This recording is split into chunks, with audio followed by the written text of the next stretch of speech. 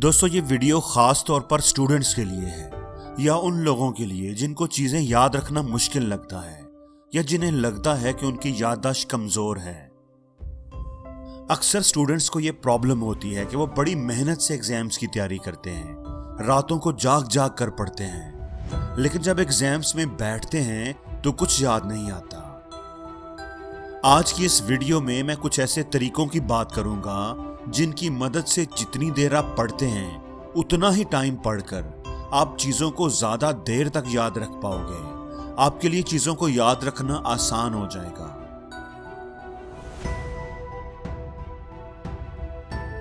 दोस्तों किसी भी इंफॉर्मेशन को हासिल करने के 3 कॉमन तरीके होते हैं। रीडिंग यानी पढ़कर, लिसनिंग यानी सुनकर और विजुअलाइजेशन यानी देखकर।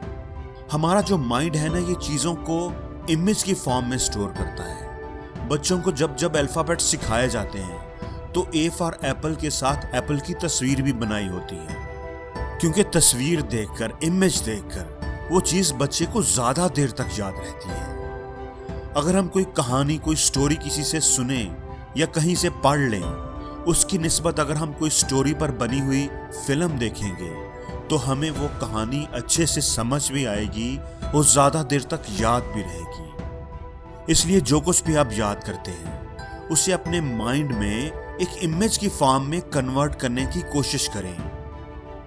मसलन अगर आपने बाथरूम की कुछ एक्सेसरीज लेने बाजार जाना है तो बजाय उन चीजों के नाम याद रखने की कोशिश करने के, आप बाथरूम में खड़े हो जाएं और देखते जाएं और अपने जहन में नोट करते जाएं, यहाँ पर ये चीज लगनी है जो मुझे लेकर आनी है, यहाँ पर ये लगनी है। इस तरह जब आप एक इमेज अपने माइंड में बना लेंगे तो वो चीजें आपको नहीं भूलेंगी। निमोनिक्स टेक्निक, ये चीजों को याद रखने की एक बड़ी ही जबरदस्त टेक्निक है।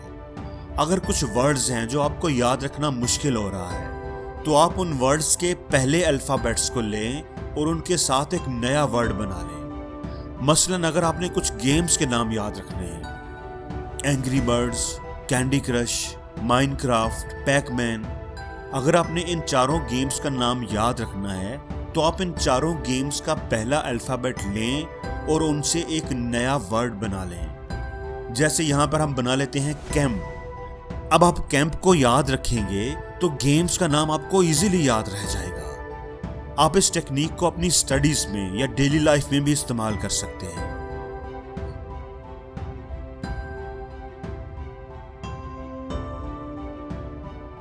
दोस्तों हमारी मेमोरी 3 तरह की होती है। Sensory memory, short term memory, long term memory. जब भी हम किसी इंफॉर्मेशन को ऑब्जर्व करते हैं तो वो हमारी सेंसरी मेमोरी में आती है, और जब हम उसे याद कर लेते हैं तो वो हमारी शॉर्ट टर्म मेमोरी में शिफ्ट हो जाती है।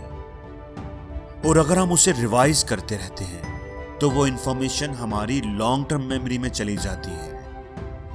इससे ये बात निकल कर आती है कि रिवीजन बहुत इंपॉर्टेंट है। किसी भी इंफॉर्मेशन को आप जितना रिवाइज करेंगे उतनी ही अच्छी वो आपको याद हो जाएगी और ज्यादा देर तक याद भी रहेगी। दोस्तों अगर आपने किसी लेसन को याद करने के लिए 1 घंटा रखा है तो उसका 30% टाइम जो है वो उसे पढ़ने पर या उसे समझने पर लगाएं और 70% टाइम उसे याद करने पर लगाएं। और याद कर चुकने के बाद उसको टाइम टू टाइम रिवाइज करते रहा करें। अगर आप उसे रिवाइज नहीं करेंगे तो वो आपकी मेमोरी से निकल जाएगा। इसलिए दोस्तों जिन चीजों को आप ज्यादा देर तक याद रखना चाहते हैं या पक्का याद रखना चाहते हैं उनको टाइम टू टाइम रिवाइज करते रहा करें।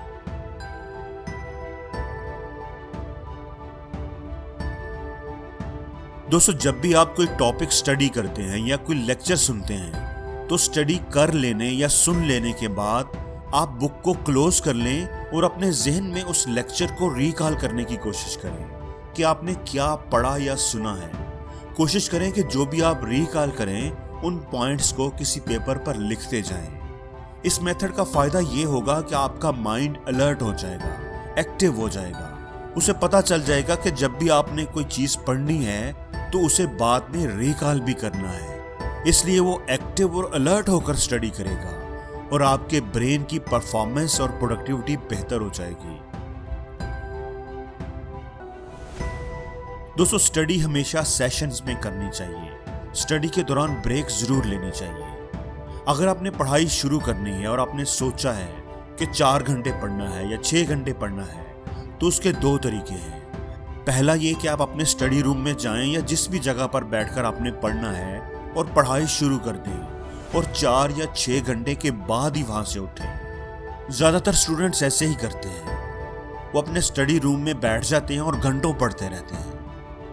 दोस्तों ब्रेन पर होने वाली स्टडीज ने ये बताया है कि ये तरीका ज़्यादा इफेक्टिव नहीं है। इससे हमारे ब्रेन की परफॉर्मेंस कम हो जाती है। हम जो कुछ भी पढ़ते हैं, सीखते हैं, उसे याद रखने के लिए हमारे ब्रेन को ब्रेक चाहिए होती है। इसलिए बेस्ट वे ये है कि आप 1 घंटे के लिए पढ़ें और फिर 10 से 15 मिनट की ब्रेक लें, थोड़ी ताज़ा हवा खाएं और फिर पढ़ाई शुरू कर दें।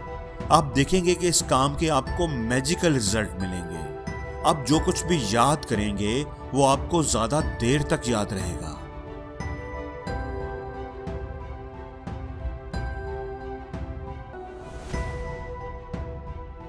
दोस्तों मेमोरी को, याद रखने की सलाहियत को कैसे बेहतर बनाया जा सकता है, इस पर कई स्टडीज होती रहती हैं। ऐसी ही एक स्टडी में स्टूडेंट्स को 2 ग्रुप्स में डिवाइड किया गया और उन्हें कुछ याद करने के लिए दिया गया। याद करने के बाद स्टूडेंट्स को ब्रेक दी गई। ब्रेक में एक ग्रुप के स्टूडेंट्स को सोने के लिए कहा गया और दूसरे ग्रुप के स्टूडेंट्स जागते रहे। स्टडी में देखा गया कि जो स्टूडेंट्स सबक याद करने के बाद सो गए, उन्हें याद किया हुआ सबक ज्यादा देर तक याद रहा। उसकी वजह यह है कि उनका जहन किसी और काम में मसरूफ नहीं हुआ, उनका ध्यान किसी और तरफ नहीं गया।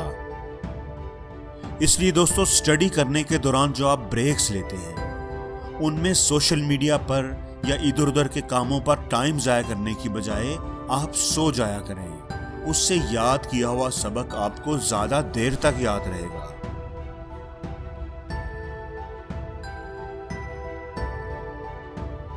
जब भी आप कोई सबक याद करते हैं तो उसके 2 तरीके होते हैं। पहले ये कि अगर आपने 5 सवाल याद करने हैं तो पहले 1 सवाल याद करें, फिर दूसरा, फिर तीसरा, एंड सो ऑन। दूसरा मेथड ये है कि आप 1 सवाल याद करें और किसी को सुनाएं। अगर इसमें से कोई गलती निकले तो उसे दोबारा याद करें और फिर सुनाएं जब तक कि वो को अच्छा याद नहीं हो जाता। दोस्तों जब भी हम कोई इंफॉर्मेशन याद करते हैं तो वो हमारी मेमोरी में स्टोर हो जाती है, लेकिन जब हम किसी को वो इंफॉर्मेशन सुनाते हैं तो हम उस इंफॉर्मेशन को मेमोरी से रिट्रीव करते हैं और फिर दोबारा स्टोर करते हैं। स्टडीज ने ये बात साबित की है कि जितना ज्यादा आप याद किया हुआ सबक किसी को सुनाएंगे, उतना ही वो आपकी मेमोरी में एक्टिव रहेगा और आपको ज्यादा देर तक याद रहेगा। इसलिए जब भी कोई सबक याद करें, उसे बस याद मत करते जाएं, किसी को सुनाने की भी आदत डालें। तो दोस्तों आपको इन तरीकों में से कौन सा तरीका ज्यादा अच्छा लगा, कमेंट्स में मुझे जरूर बताइएगा। और अगर आपके जहन में इनके अलावा कोई और तरीका है तो वो भी हमसे शेयर जरूर कीजिएगा। और जिंदगी में हर रोज कुछ नया सीखो, नया सोचो, नया करो, लर्न करो।